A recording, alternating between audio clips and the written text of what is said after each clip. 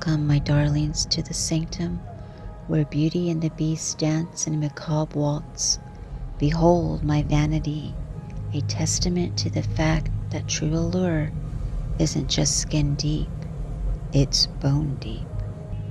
Here shimmering crystals catch the light, reflecting not just radiance but the phantom glow of forgotten souls. My most cherished perfumes mingle with the spectral hum of a haunted radio, each note a whisper from beyond the veil, keeping the watch over it all.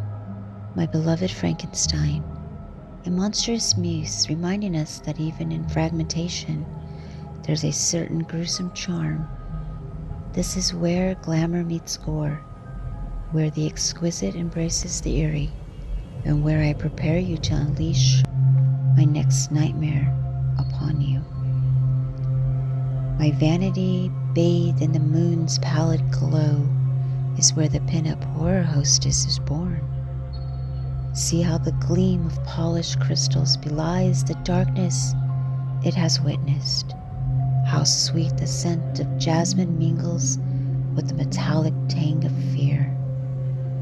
The ancient radio crackles with untold stories, each frequency a gateway to another realm.